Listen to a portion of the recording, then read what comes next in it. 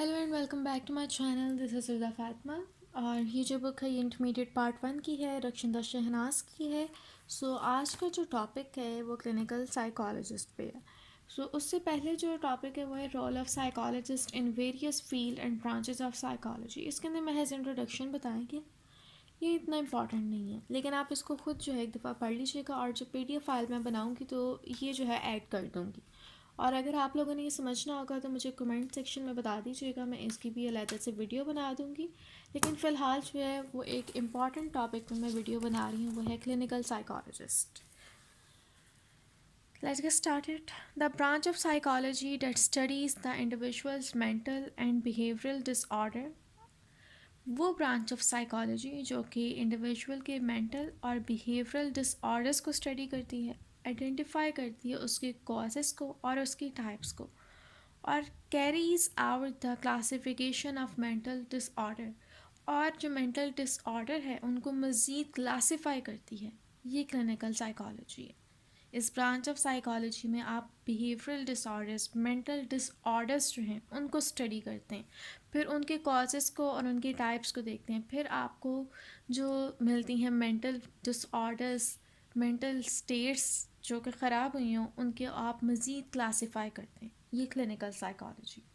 आगे है एलिजिबिलिटी, यानी कि आप किस तरह एक क्लिनिकल साइकोलॉजिस्ट बन सकते हैं। To become a clinical psychologist after MSc in psychology, one has to have a diploma or PhD in clinical psychology. अगर आप क्लिनिकल साइकोलॉजिस्ट बनना चाहते हैं, MSc इन साइकोलॉजी के बाद आपको PhD या डिप्लोमा लेना पड़ेगा क्लिनिकल साइकोलॉजी में। अच्छा, बोर्ड के पॉइंट ऑफ व्यू से बता रही हूँ कि ये जो टॉपिक है वो बहुत ज़्यादा इंपॉर्टेंट है, ये लॉन्ग क्वेश्चंस में आता होता है, और उसके अलावा आपको शॉर्ट क्वेश्चन में भी आते हैं व्हाट इज़ क्लिनिकल साइकोलॉजी। आगे है scope. Clinical psychology is concerned with mental disorders. Clinical psychology basically mental disorders को स्टडी करती है। Clinical psychologists inquire into the causes of mental derangement. Clinical psychologist जो हैं वो इंक्वायर करते हैं मेंटल रीअरेंजमेंट यानी कि जो मेंटल डिसऑर्डर है उसके कॉज को, apart from collecting data about patients motive, emotion, inclination etcetera. Clinical psychologist are performing the following duties. वो कहते हैं apart from collecting data about patient motives, patient का क्या मोटिव है, उसके इमोशंस क्या हैं, उसके इंक्लिनेशन क्या है, इसके अलावा जो है क्लिनिकल साइकोलॉजी जो है, क्लिनिकल साइकोलॉजिस्ट जो हैं उनकी फॉलोइंग ड्यूटीज़ हैं, यानी कि ये टास्क जो है वो उनका मस्ट है। एक है classification of mental illness, mental illness को क्लासिफाई करना कि भाई है कौन सी इलनेस ये, फिर डायग्नोसिस, फिर उसके बाद उसका ट्रीटमेंट, फिर उसके बाद रिसर्च।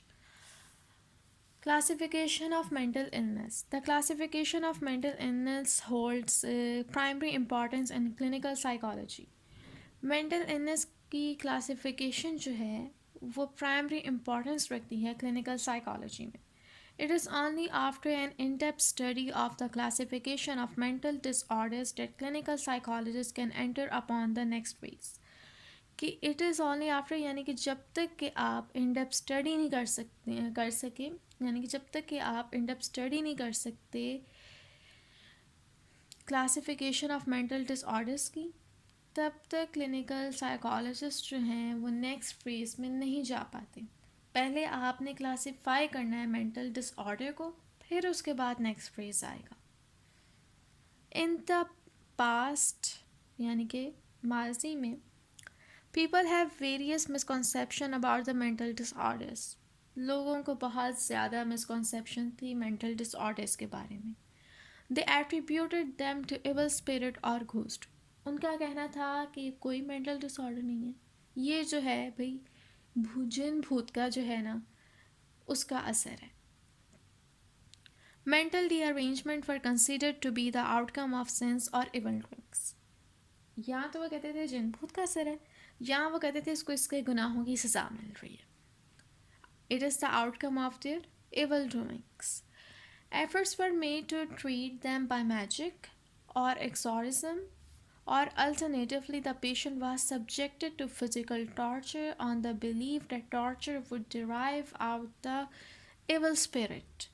अब माजी में लोग जो हैं इसको कहते थे कि यहाँ तो उसके गुनाहों की सज़ा, यहाँ पर उसके ऊपर जन वगैरह चढ़ गए, तो उसके लिए जो वो एफ़र्ट करते थे उसके ट्रीटमेंट के लिए वो ये करते थे, या तो जादू टोने से उसका ख़ात्मा करते थे, या फिर पेशेंट जो है उसके ऊपर जो है फ़िज़िकल टॉर्चर करते थे, यानी कि उसको तशद्दुद का शिकार बनाते थे, उसके ऊपर जो हैं उसकी मार कुटाई कहने करते थे। फ़िज़िकल टॉर्चर यानी कि उसको फ़िज़िकली हर्ट करते थे, इस बिलीव के बिना पर कि जी हम इस बंदे पे टॉर्चर करेंगे, इसको मारेंगे तो बीच में जो एविल स्पिरिट है ना वो इसके अंदर से निकल आएगी। ये उनका बिलीव था।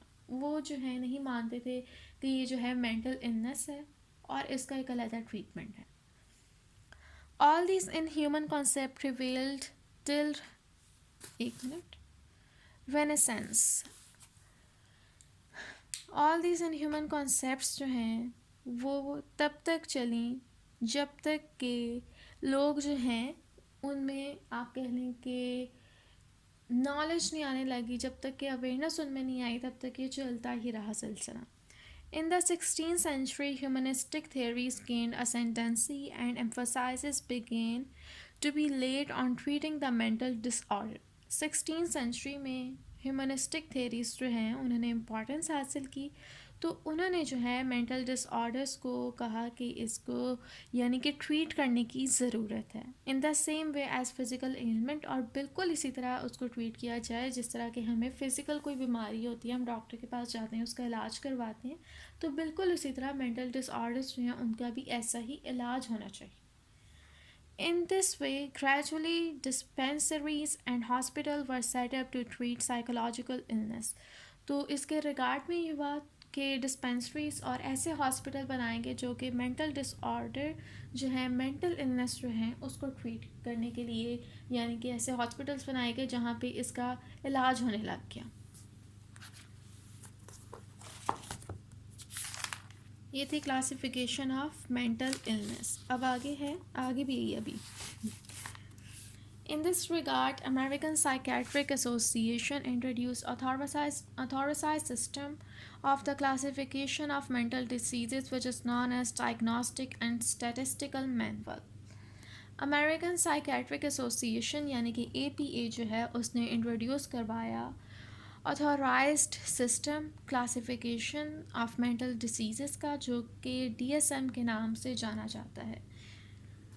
In the course of time this manual is updated, यानी कि वक्त के साथ साथ जो है इस मैनुअल को अपडेट किया गया। Now a days it's fourth edition DSM-IV-TR which was published in 1994 is available in the market, जो कि 1994 में पब्लिश किया गया था और मार्केट में अब अवेलेबल है।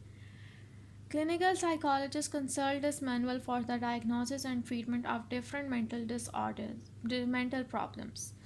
क्लिनिकल साइकोलॉजिस्ट जो हैं वो इस मैनुअल से कंसल्ट करते हैं और देखते हैं कि इस ये जो मेंटल इशू है, मेंटल प्रॉब्लम है, इसका क्या डायग्नोसिस है, इसका क्या ट्रीटमेंट है।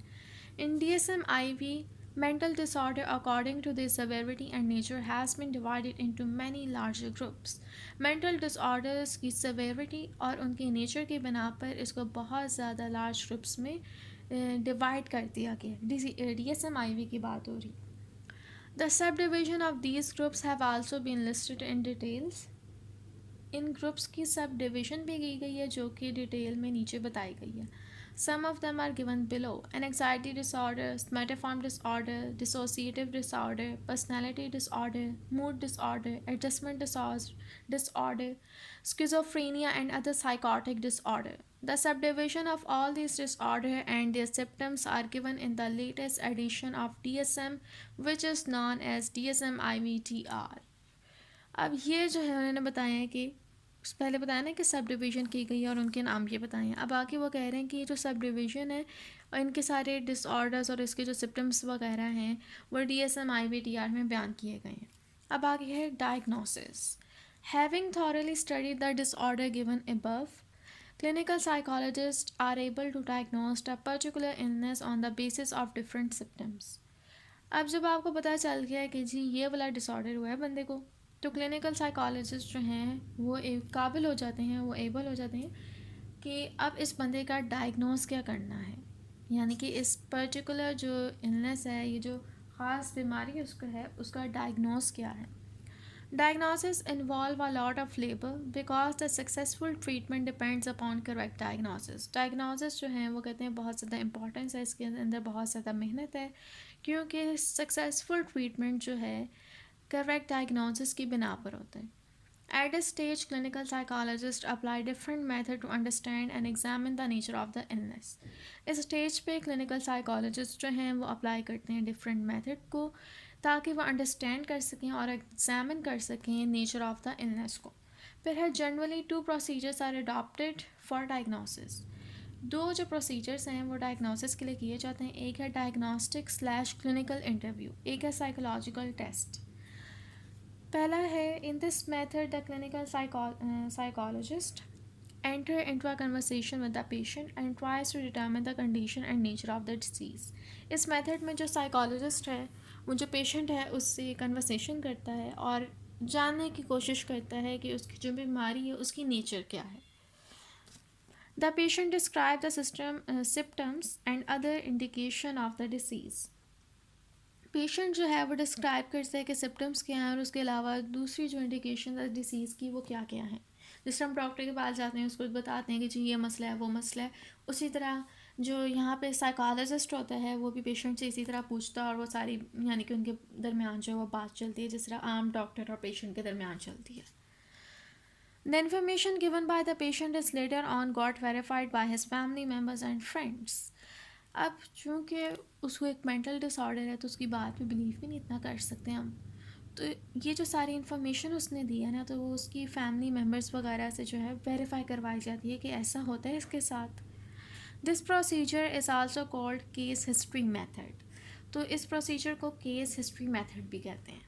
फिर है psychological test. Keeping in view the patient condition and the symptom described by him, different psychological tests are conducted. These tests facilitate the diagnosis of the illness. अब आपको जो है वो पता चल गया चाहिए ये पेशेंट, ये इस पेशेंट के ये सिम्टम्स हैं, तो आगे का ये एक स्टेप कह लें ये होता है कि उन सिम्टम्स के बेस पे जो है साइकोलॉजिकल टेस्ट जो हैं वो कंडक्ट किए जाते हैं, ताकि जो डायग्नोसिस है वो बेहतर तरीके से सर अंजाम दी जा सके. ये था डायग्नोसिस. अब आप एक minute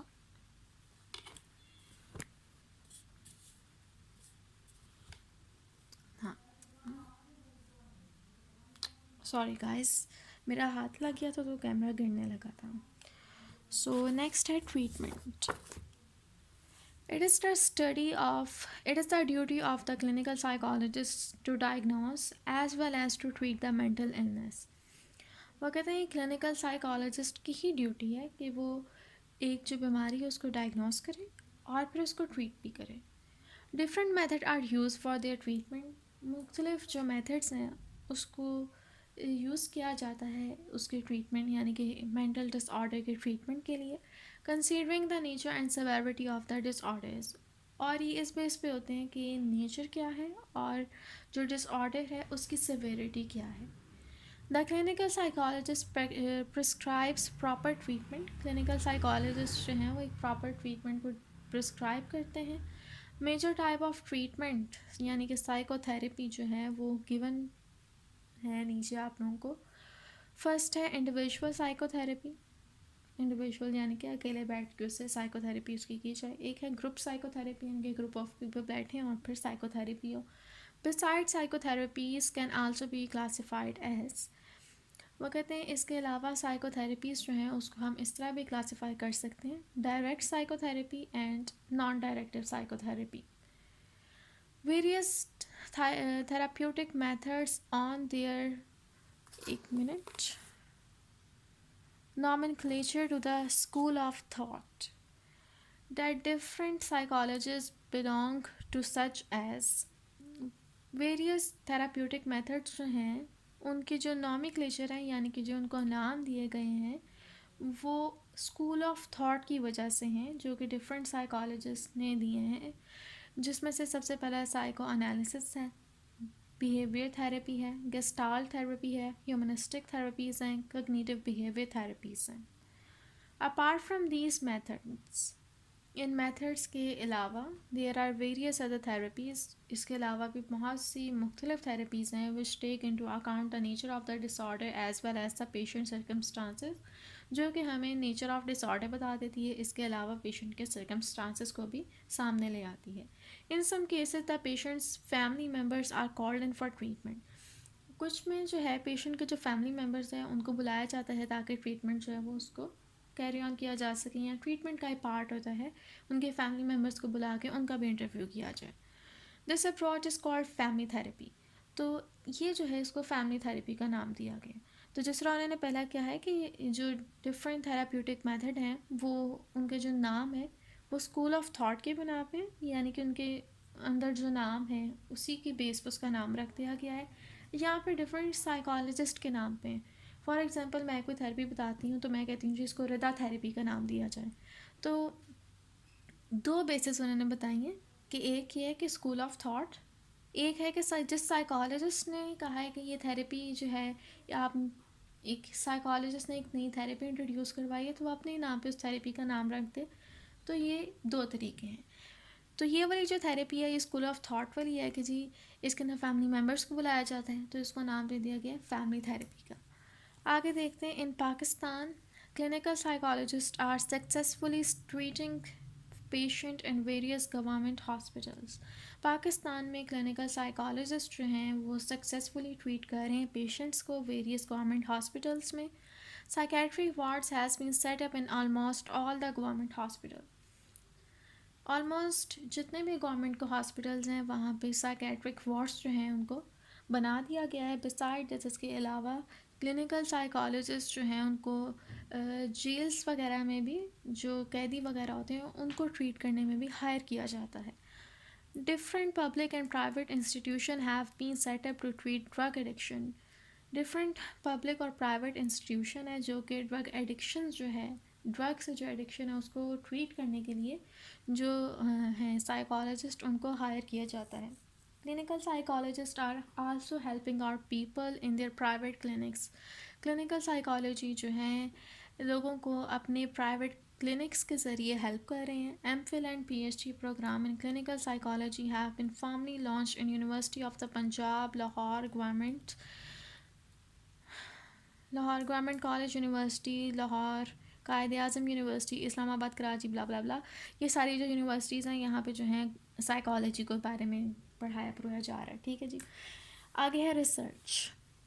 research is like the life blood in any field. Research जो है वो किसी भी फील्ड में लाइफ ब्लड की तरह यानी कि बहुत ज़्यादा इम्पॉर्टेंट है। रिसर्च के ज़रिए कोई भी आप ब्रांच ले लें साइंस की, या कोई भी आप सब्जेक्ट ले लें, तो वो अगर वो आगे बढ़ रहा है तो वो अपनी रिसर्च की मदद से है। अगर हम किसी भी सब्जेक्ट में रिसर्च को ख़त्म कर देंगे तो वो सब्जेक्ट जो है वहीं पे रुक जाएगा। तो रिसर्च जो है वो कह रहे हैं कि लाइफ ब्लड है किसी भी फील्ड का। Research facilitate discovery of new method of diagnosis and treatment. Research के ज़रिए जो है डिस्कवरी होती है न्यू ट्रीटमेंट्स की और न्यू मेथड ऑफ डायग्नोसिस की। It is because of research that psychology originating in the stone age has now acquired the status of a science. वो कहते हैं कि वो साइकोलॉजी जो कि स्टोन एज यानी कि पत्थर के ज़माने में ऑरिजिनेट हुई थी उसने आज साइंस का दर्जा हासिल कर लिया। तो वो जो उसने दर्जा हासिल किया है वो रिसर्च की बदौलत है। This process of research is in full swing even today. That is why new theories, therapeutic method, and psychological tests are being brought out daily for the treatment, for the betterment of people. ये line छोड़ दें, बस यहाँ तक ही रखें। अच्छा जी, ये जो टॉपिक है ये बहुत ज़्यादा इम्पॉर्टेंट है, तो मैं आपको एक दफ़ा बता दूँगी अगर आप लोगों को लॉन्ग में आ जाए तो आपने किस तरह अटैम्प्ट करना है इसको। फ़र्स्ट ऑफ़ ऑल आप डेफिनेशन लिखें, एलिजिबिलिटी और स्कोप जो है वो वैसा ही आएगा यहाँ तक। फिर क्लासिफिकेशन ऑफ मेंटल इलनेस जो है, क्योंकि ये देखिए काफ़ी लंबा है, आप इसके अंदर जो है ये जो पास्ट वाली बात है अगर चाहें तो बयान कर दें, थोड़ा सा छोड़ भी देंगे कि तो कोई बात नहीं, मेन मेन पॉइंट्स जो हैं वो बयान करें, जिस तरह ये पैराग्राफ मेन है। फिर उसके बाद जो आगे उन्होंने DSM-IV का बताया है ये बताएं, और उसके अलावा ये लिखें, इनके नाम लिखें और यहाँ पे इसको ख़त्म कर दें यहाँ तक। फिर डायग्नोसिस पे आ जाएं। डायग्नोसिस में आप इसको मेन डेफिनेशन लिख दें कि ये चीज़ डायग्नोसिस है, और फिर उसके बाद जो है वो 2 तरीके जो उन्होंने बताए हैं वो लिखें, उनको डिफ़ाइन करें मेन। और फिर ट्रीटमेंट में आ जाएं। ट्रीटमेंट में भी आप अपने अल्फाज में इसका मेन मेन बयान करें, वर्ड टू वर्ड करेंगे बहुत ज़्यादा लंबा हो जाएगा, एक दफ़ा इसको पढ़ें। पढ़ने के बाद अपनी ज़ुबान में यानी कि अपने अल्फाज में इसको जो है बयान करके बस ख़त्म करें, यानी कि बहुत ज़्यादा लंबा ना करें, क्योंकि जो एग्ज़ामिनर होता है उसने सिर्फ आपका पेपर नहीं चेक करना, उसने बाकी लोगों के भी पेपर्स चेक करने, तो उसके लिए भी आसानी रखें और अपने लिए भी आसानी रखें, तो फिर आपको मार्क्स मिलेंगे। सो जिस तरह अब यहाँ पे पाकिस्तान का जिक्र आ गया कि जी पाकिस्तान में जी हॉस्पिटल्स वगैरह में ट्रीटमेंट हो रहा है, और उसके अलावा कौन कौन सी यूनिवर्सिटीज़ में, तो ये लिखने की आपको ज़रूरत नहीं है, ये महज आपको नॉलेज के लिए उन्होंने बताया कि पाकिस्तान में इसके क्लिनिकल साइकोलॉजी के बारे में क्या क्या काम हो रहा है, तो इसको ना लिखें आप मेन जो ट्रीटमेंट है उसको डिफ़ाइन करें। फिर उसके बाद रिसर्च पे आ जाएं। रिसर्च में थोड़ा बहुत डिफ़ाइन करेंगे रिसर्च की इंपॉर्टेंस है, और रिसर्च जो है इसकी वजह से आज साइंस यहाँ पे आ गई है, बस यहाँ तक ख़त्म कर दें, मज़ीद जो है इसको मत करें। तो यहीं पे आपका टॉपिक आज का होता है ख़त्म जी। आगे एजुकेशनल साइकोलॉजी, किसी ने कमेंट भी किया था इस पर मैं कल लाजमी वीडियो बना के डाल दूँगी, तो